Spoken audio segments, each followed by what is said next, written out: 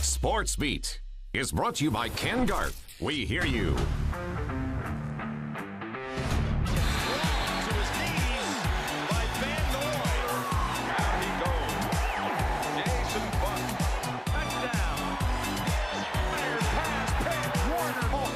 Outside, what a jump. Gonna go deep down the far sideline. It is caught. Touchdown.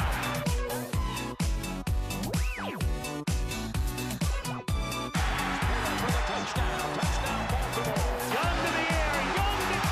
This moment belongs to Kansas City, the Chiefs, Andy Reid. Wow, from Super Bowl 1 to Super Bowl 54, awesome. So many great memories, so much Super Bowl history there involving some familiar faces. Thanks for staying up with us on this Super Bowl Sunday. Jeremiah Jensen and Sam Farnsworth with you for the next 45 minutes. This was supposed to be a week to celebrate with the Jazz getting All-Star representation for the first time in 3 years, but it's hard to get really excited when in the last 4 games the Jazz added 4 losses to the standings, the latest last night in Portland. The Jazz started pretty well thanks to solid guard play from both Mike Conley and Donovan Mitchell. The opening quarter ended on a 12-0 Blazers run, though, that cut the Jazz lead to 1. And in the second quarter, the Jazz had a 5-point lead, but with 2.5 minutes to go, again, the Blazers closed on a 15-0 run to end the half with a 10-point lead. The lead only grew from there in a loss, but the Jazz say there's no need to panic. There's no panic, you know, there's definitely a sense of urgency for us to get better, and we understand that, you know, we're at the point of the season where, you know, you got a few weeks before All-Star break, and it's the time to ramp up. You know, you want to try to go into All-Star break playing really well. Well, if you're into silver linings, I guess you could call this one in last night's loss, the return of Mike Conley to the starting lineup. He made 8 of 11 shots in the first half. 3 of those were from downtown for 19 first-half points. Finished the game with 22 points while playing in 30 minutes, the most he's played in a game since November. This is the Mike Conley the Jazz expect. Well, I think you saw Mike Conley, and that's who he is. Well, I'm happy to be back, you know, just out there, you know, playing my role. I feel like I'm in a good place. I've been in a good place for a while now, just waiting for the opportunity again. So I think also who he is a guy that's not thinking about himself right now. He's thinking about the other guys in the locker room and what we can do to be better. Well, Utah Jazz are the latest victim of one of the greatest hot streaks in NBA history. And it's by this guy right here. Damian Lillard is on fire right now. He's doing things in the last 6 games that have never, ever been done. For Lillard, stop and pop, 3. That's a rhythm shot for Damian Lillard.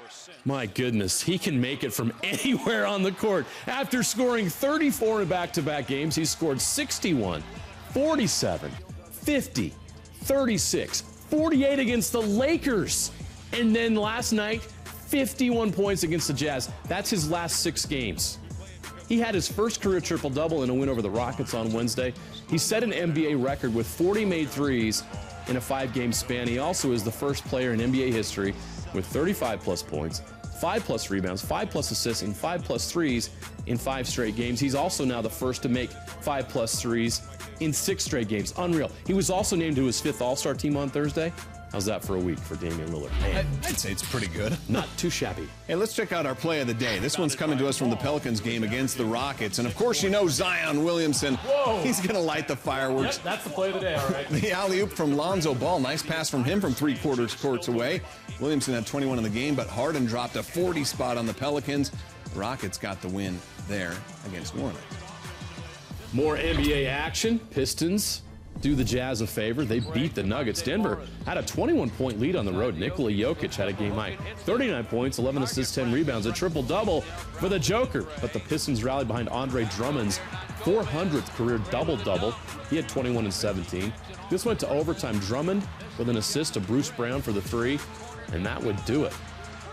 The Nuggets go down in Detroit. Jazz fans thanking those Pistons tonight. The best team in basketball was hosting the Phoenix Suns today. Giannis Antetokounmpo had a big game, dunks one home there off the pick and roll, then pulls up for 3. And how about this no-look pass from Chris Middleton? Giannis lays it up and gets the foul. He finished with 30, 19 boards, and 9 assists. Middleton had 25. The Bucks win 129 to 108. Giannis might be back-to-back MVPs, which is incredible. He would certainly be deserving. All right, here's the latest look at the Western Conference standings. The Jazz have taken a little bit of dive, but you know what? Losing 4 straight and you're still in the top 4. No kidding. They're still in a great spot, 32-17. They're a game up on the Houston Rockets at 5th. And they got the Nuggets back here. They got 3 days off before hosting the Nuggets on Wednesday. So the Jazz will try to get back on track and get back in the win column. Can't make this stuff up. Are you kidding me? Yeah, TJ Haws hits a game winner, and then his wife has a baby. You got to hear this. What a night. Oh, my gosh.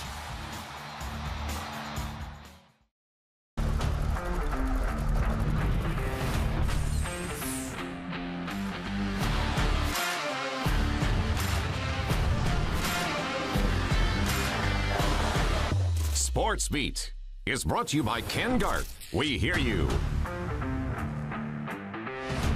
You couldn't have written a better script. Stockton Malone showing off their MVP trophy. Look out. You know, it was a great experience. I talked to Magic, and he said, hey, everybody in this room been scared the first time. If you are reading this letter, it's because you are now an all-star. Is this the best thing that's ever happened to you as far as your career? No. The most fun thing? Well, no. My honeymoon was a lot of fun.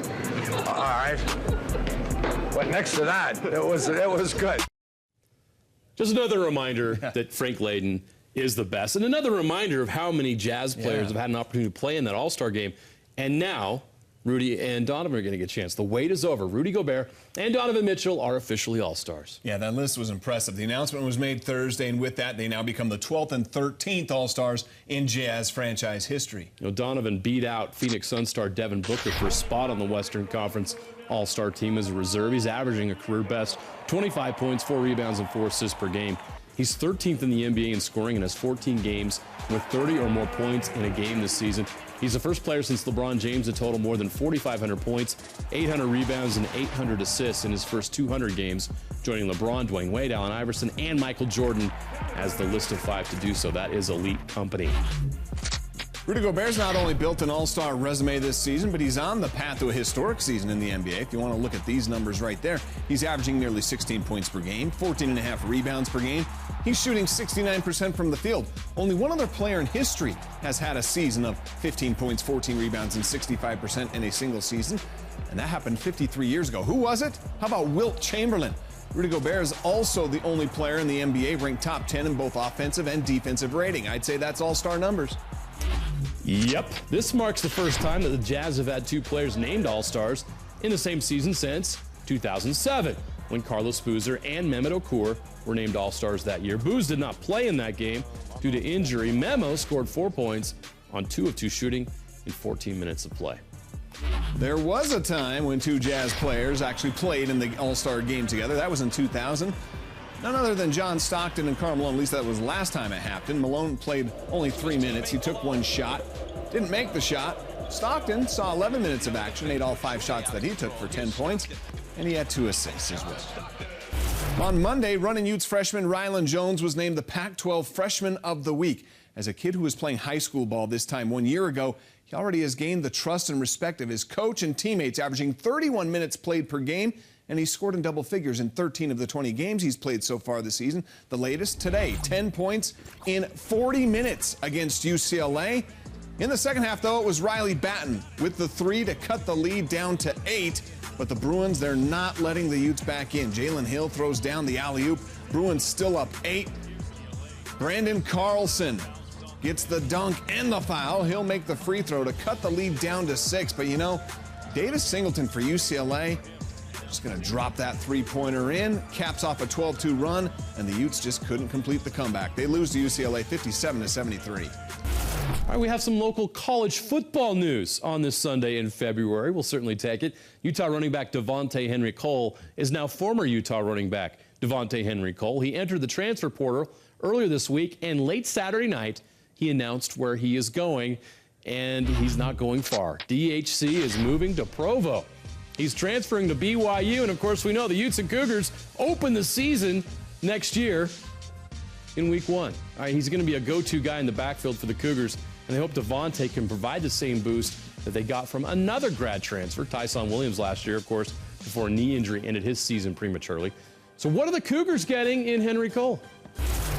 Hand off, Devontae Henry Cole, bust it to the 20.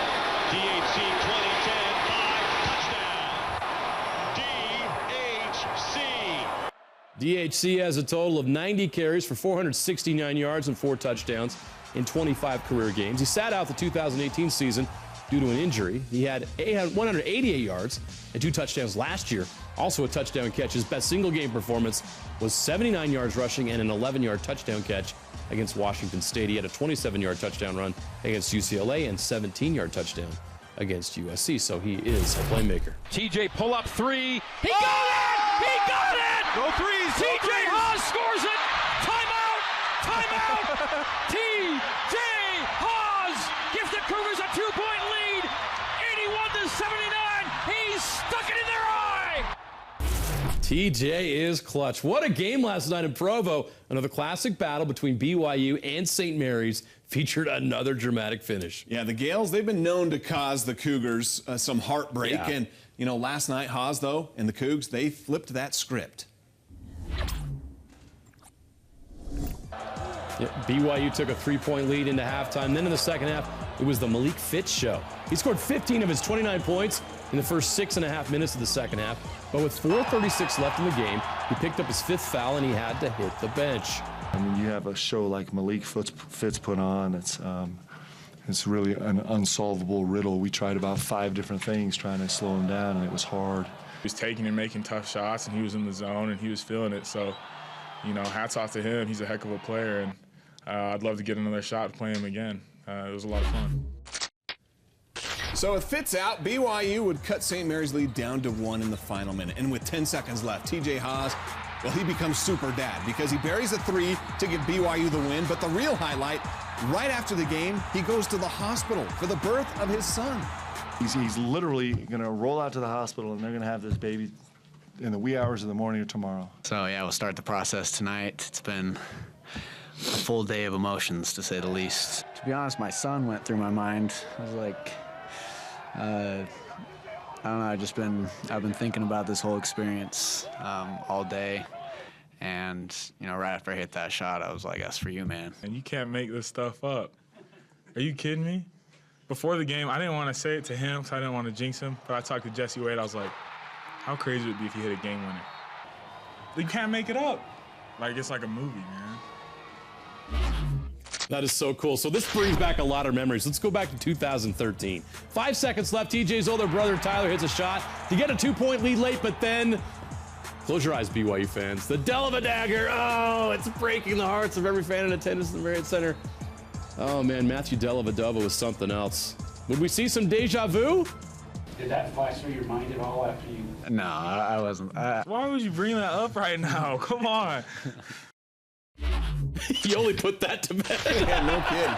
Because on the final defensive possession, the Cougs, they would have to step up. Jordan Ford misses the floater to tie it. St. Mary's with the rebound, but then Zach Sellius on that power stash blocks the shot to seal the game. Think about this, Zach Sellius. As a freshman, who would have thought that you would be subbing him in as the defensive stopper in a huge game in the waning seconds of a game, and that he would actually get it done? And that's how the beautiful thing about watching these players grow. Mark Pope's doing a tremendous job. He's got his guys playing defense, and that's why they're having success right now. All right, BYU's no stranger to game winners. This is TJ Haws' second just this season. Yeah, and so today for the archive, we're going to go back to another Cougar game winner from 2013. We're down to 6. We're down to 5. Carlino gets a high screen, 20-footer. Short, put back. That was special. Craig Cusick hit just 1 shot against the Aggies that night, and when it was a game winner. It happened on an emotional day for Cusick just hours before the game. His father was diagnosed with cancer and, of course, passed away. It's just one of those special moments that you'll never forget, and I remember covering that whole situation in that game, and that's a special night that BYU fans are going to remember forever, and Craig's obviously going to remember forever. Hey, did you watch today's Super Bowl for the game or the commercials? We did it for both. We'll count down the best commercials from this year's game Top 5 coming up next. Did Baby Nut make the cut? All right, Sam, most of us, like us, you know, we watch the Super Bowl because we love the game of football. But there's a lot of people that watch Super Bowl just because they want to watch the commercials. And they're watching the commercials and they're saying, all right, this is my favorite, and this is my favorite. And of course, we have our favorites too. Yeah, no kidding. So I'm thinking this is a great topic for this week's Top 5. What do you think? I agree with you. Let's do it. Okay, campers, rise and shine. It's Groundhog Day. And don't forget your booties because it's cold here today. Yeah, it wasn't only Super Bowl Sunday, but it was Groundhog Day today as well. So, of course, how about this commercial here that revised the role of Bill Murray in his Groundhog Day commercial for a Jeep commercial here. There was even a Ned Ryerson sighting. Ned Ryerson. Oh, Bill Murray's the best. Chocolate, peanuts, caramel, peanut butter, pretzels? Never heard of it. Where have you been? Under a rock? Commercial was great, the Under the Rock thing. This felt like the old Super Bowl ads, Sam, that were really creative and funny. Had a lot of jokes in it. Of course, the best part of the ad. Can we even show it on TV? They showed it during the Super Bowl, commercial, but we're going to hold here and tell you, here it is. Okay. We all have this guy at work, right? They finally captured him in that commercial. That was great. I got the horses in the bag, horse stock is attached. Yes, Sam Elliott's mustache is one of the most epic ones in show business, and it just went next level in this ad for Doritos. The stash stole the show in this dance-off, but it wasn't enough to win the bag of chips. It's the one place I can let my guard down. Totally comfortable. So let me get this straight. Jason Momoa isn't actually like a large human being? Like what's happening here? This freaked me out, Sam. What's going on here? The best part's at the end. Oh, yeah, that's good too. But when he's lifting weights, right here. Help, take it. I'll be honest, I have no idea what this was an ad for. You'd have to tell me right now. I don't even remember, but it was funny. Okay, Rocket Mortgage. All right, there. Free loans there. Free ad space for How about Dorchester? Packed it. Foxborough. Packed it. The Garden? Packed it. Saugus? Packed it. Swampscott? Revere? The Harbor? Yeah, Chris Evans and Rachel Dratch were joined by John Krasinski in this commercial for Hyundai with the Smart Pack feature. Of course, this one was talked about a lot back in the sports office. Was that your number one? I liked it. Yeah, I think it was. I mean, I like the Procter & Gamble commercial too, which didn't make our top 5. Look, hey, there's you know so what? many good ones. We have a top 10 list. Yeah. You can go to KSLSports.com and check out the rest of them, and you can tell us if you thought we were right or wrong. So there you go. Some great ads this year, by the way. All right, now to high school basketball this week. It was fun. Buzzer beaters, hammer dunks. We're going to start in Smithfield, Sam. Yeah, Skyview and Bear River met in the 2019 4A State Championship game. Skyview, they got the title in that one. The Bobcats look to be the favorites once again. And you'll see why right now. Skyview, they turned this game into a dunk contest. So we're going to treat it like one. This is our first contestant, Sam, Mason Fallsliv. The future running you. He's the quarterback and wide receiver on the football team, and he can do it on the hard court, too. One of the most athletic kids in this state. Our next contestant, Bracken Schumann.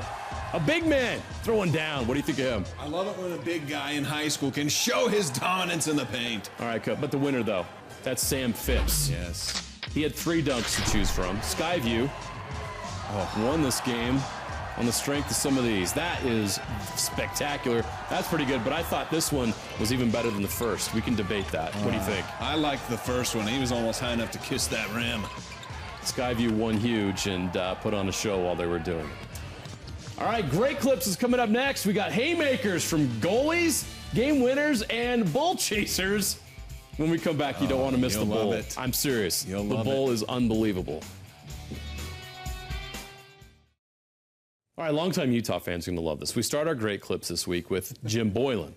Yes, the former Runnin' Utes head coach, who's now the head coach of the Chicago Bulls. Yeah, with his team down 25 points to the Toronto Raptors, a minute left in the game, Boylan calls a timeout, and the TV analysts just come unglued. For good reason. Great Clips of the week. And a timeout here from Jim Boylan. What are you doing? I've known Jim a lot. Like, what, seriously, like, what strategy are you talking? It's a 25-point blowout. There's a minute 4 left. It's Super Bowl Sunday. I want to get out of here. First of all, I didn't want overtime. What strategic adjustment are you making stuck 25? Jack. Come on, man. This is just, that's, you know, look, come on. Really? Yeah, we all want to go watch the Super Bowl, Jim. Come on. Who doesn't love a good old-fashioned hockey fight, too? Oh, this is great. Battle of Alberta, Flames and Oilers, Mike Smith versus Cam Talbot. 2 goalies dropping the masks, dropping the gloves, throwing some rights. They need to have this mandatory in every NHL hockey game. All right, this may be the greatest conversion of an intentionally missed free throw I've seen. The Kings' De'Aaron Fox executes this perfectly for the lead. The Kings back from 22 down to beat those pesky T-Wolves. Down 3, he made the first, then missed on purpose, rebound, score. I don't want to ruin this, but he may have committed a lane violation. We'll look past that. How about Nikola Jokic of the Denver Nuggets? A flopper, and the refs allow him to get away with it? Look at it. Rudy Gobert's like, come on, you know what he's doing. Yeah. Jokic deserves that. All right, BYU volleyball's now 10-0 after sweeping number 3 UCSB this weekend. This is Davide Gardini with some kind of sorcery on a kill. One more look. I can't stop watching this. I guess we're not good. There we go. Behind the back. Unbelievable. All right, this didn't count, which is a shame because it was incredible. Chanel Molina of Washington State, full court. It was no good by just a fraction of a second. Now that's a touchdown pass right there. Oh my goodness.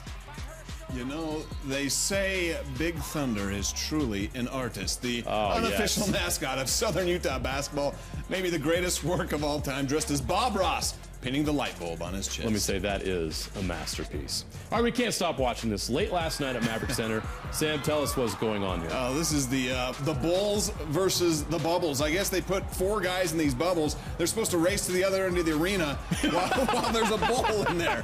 Okay, I can laugh because nobody got hurt, right? Tell me nobody got hurt. I'm pretty sure no one got hurt, but I don't know who signs up for this. Whose idea was this?